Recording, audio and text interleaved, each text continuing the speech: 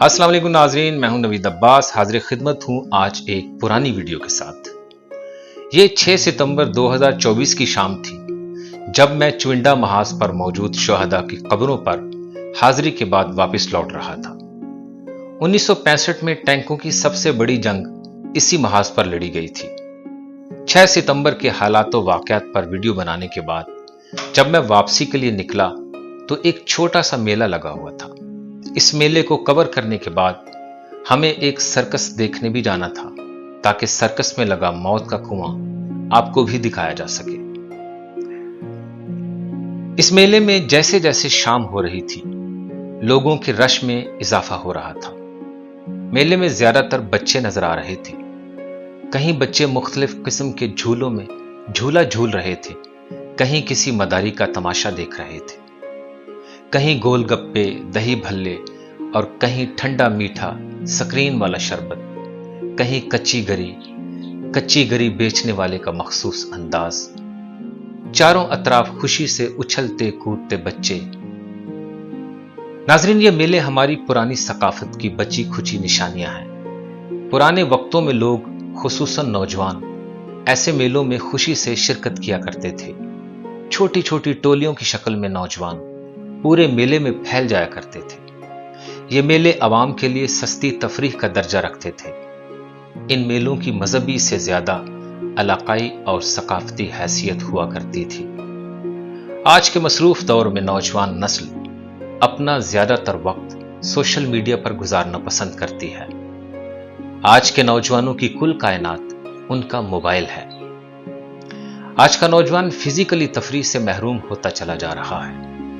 अक्सर नौजवान फिटनेस के कायल नहीं रहे, एक्सरसाइज में दिलचस्पी नहीं रखते, जिस्मानी फिटनेस के लिए जरूरी खेलों से भी जी चुराने लगे हैं। वजह सिर्फ एक है, वो है मोबाइल का कसरत से इस्तेमाल। शायद टिकटॉक का नशा भी आइस और चरस से कम नहीं है।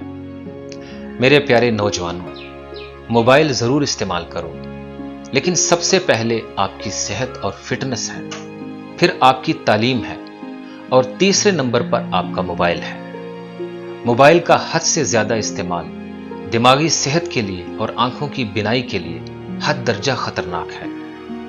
जब आप घंटों मोबाइल यूज करके अपनी आंखों को थका लेंगे तो फिर आप पढ़ेंगे कैसे?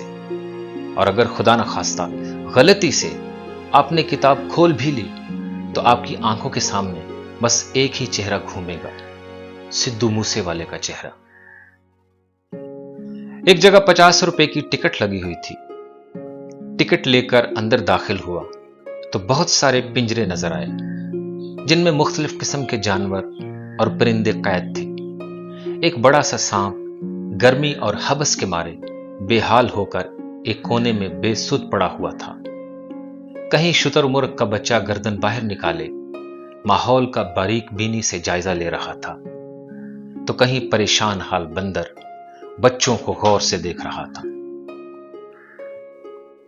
एक खूबसूरत बिल्ली भी हैरान और परेशान खड़ी सोच रही थी कि मैं 9 मई के वाकयात में तो शामिल नहीं थी, फिर न जाने किस जुर्म की सजा काट रही हूं, शायद किसी मासूम मुर्गी को खाने के जुर्म में। छोटे छोटे परिंदों तक को माफ नहीं किया गया था, सब बेवजह उम्र कैद काट रहे थे।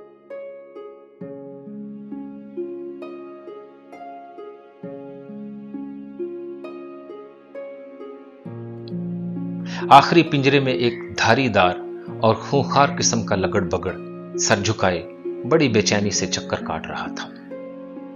वो बाहर निकलने के मंसूबे बनाने में इस कदर मगन था कि उसने एक नजर भी मुझे देखना गवारा न किया। यहां से हम सीधे उस जगह पहुंचे जहां पर कई दुकानें अनवा अकसाम की मिठाइयों से सजी हुई थी। सूजी से बने रंग बरंगे मेसू, जलेबियां, पकौड़े और कुलचों को देखकर मेरा मन ललचाया, मगर नाकस आयल के वहम ने मुझे आगे बढ़ने से रोके रखा। थोड़ा आगे गए तो यहां एक अलग ही दुनिया थी। रात का अंधेरा छा चुका था। वापस जाने की फिक्र भी थी, मगर मौत का कुआं देखना भी जरूरी था। जहां एक 7-8 साल की बहादुर लड़की ने मोटरसाइकिल चलानी थी, मैं इस बहादुर बच्ची को देखना चाहता था। यहां पर भी बेपनाह रश और रौनक थी। बच्चों की भारी तादाद अपने वालिदैन के साथ आई हुई थी। एक ही वक्त में कई लाउडस्पीकर्स चल रहे थे। किसी पर शो का ऐलान हो रहा था तो किसी पर बेहंगम सा म्यूजिक चल रहा था। मैंने बहुत कोशिश की कि जान सकूं कौन सा गाना चल रहा है, मगर नाकाम रहा। मुख्तलिफ किस्म के ऐलानात हो रहे थे, कान पड़ी आवाज सुनाई नहीं दे रही थी।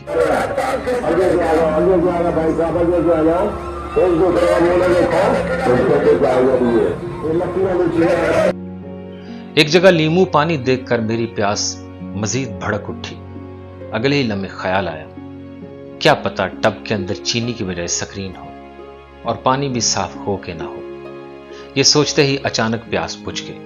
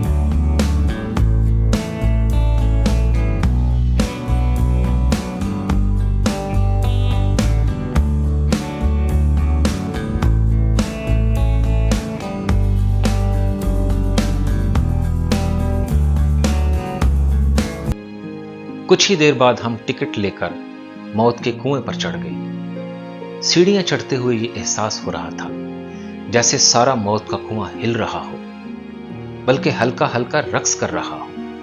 दिल में वहम पैदा हुआ, अगर रश ज्यादा हो गया तो खुदा न खास्ता ये मौत का खूह कहीं धड़म से नीचे ही न जा गिरे। खैर, फिलहाल मौत का कुआं खाली था। झांक कर नीचे देखा तो खुदा का शुक्र अदा किया, नीचे रक्स के लिए कोई खुसरा मौजूद नहीं था। आहिस्ता आहिस्ता देखने वालों की तादाद बढ़ती रही और कुछ ही देर बाद एक आदमी अपनी बेटी को बाइक के आगे बिठाए मौत के इस कुएं में मोटरसाइकिल चलाना शुरू कर दी।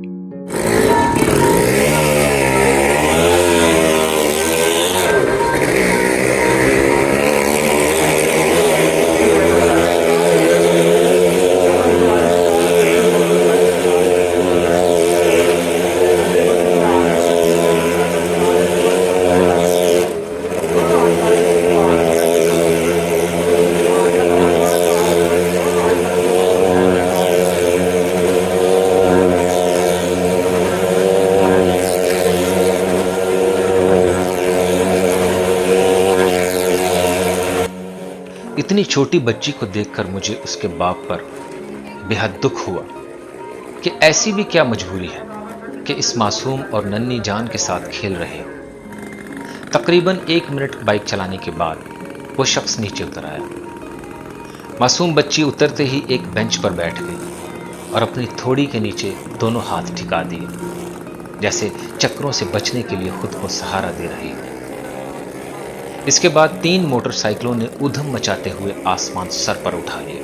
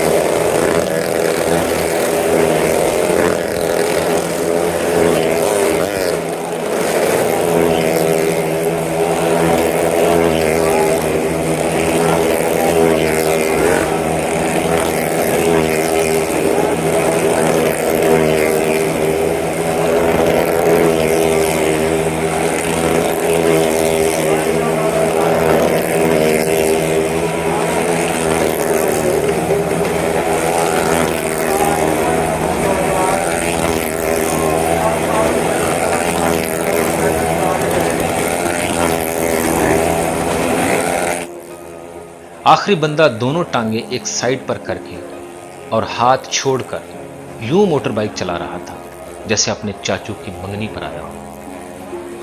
यह सब बहुत खतरनाक था। दम साधे सभी ये मंजर बड़े गौर से देख रहे थे।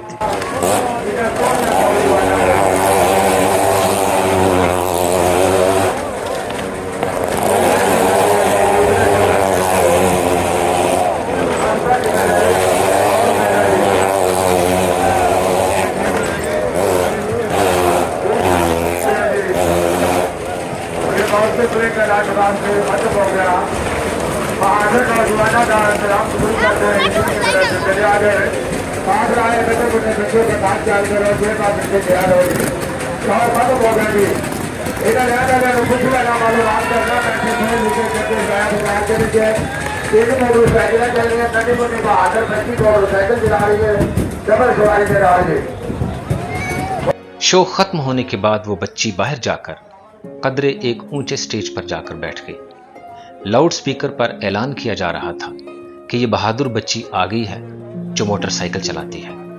यानी बच्ची की जान और मासूमियत को खतरे में डालकर उसे कैश कराया जा रहा था। मैं इस बच्ची को लेकर थोड़ा सा जज्बाती हो रहा था, शायद इसलिए कि मुझे इसमें अपनी बेटी नजर आ रही थी। मैं जल्दी से उसकी तरफ बढ़ा। वो फिर दोनों हाथ अपनी थोड़ी पर जमाए बैठी हुई थी। मैंने कुछ रुपए उसकी तरफ बढ़ा दिए और बड़ी मोहब्बत से उसकी तरफ देखकर हाथ हिलाया। उसने भी मुस्कुराते हुए जवाबन हाथ हिला दिया। ये चंद रुपए दरअसल मेरा प्यार था। मैंने अपनी आंखों में हल्की सी नमी महसूस की और जल्दी से अपना चेहरा पीछे की तरफ घुमाया और अपनी मोटरसाइकिल की तरफ चल दिया। अपना और अपने प्यारों का बहुत ख्याल रखिएगा। पाकिस्तान जिंदाबाद।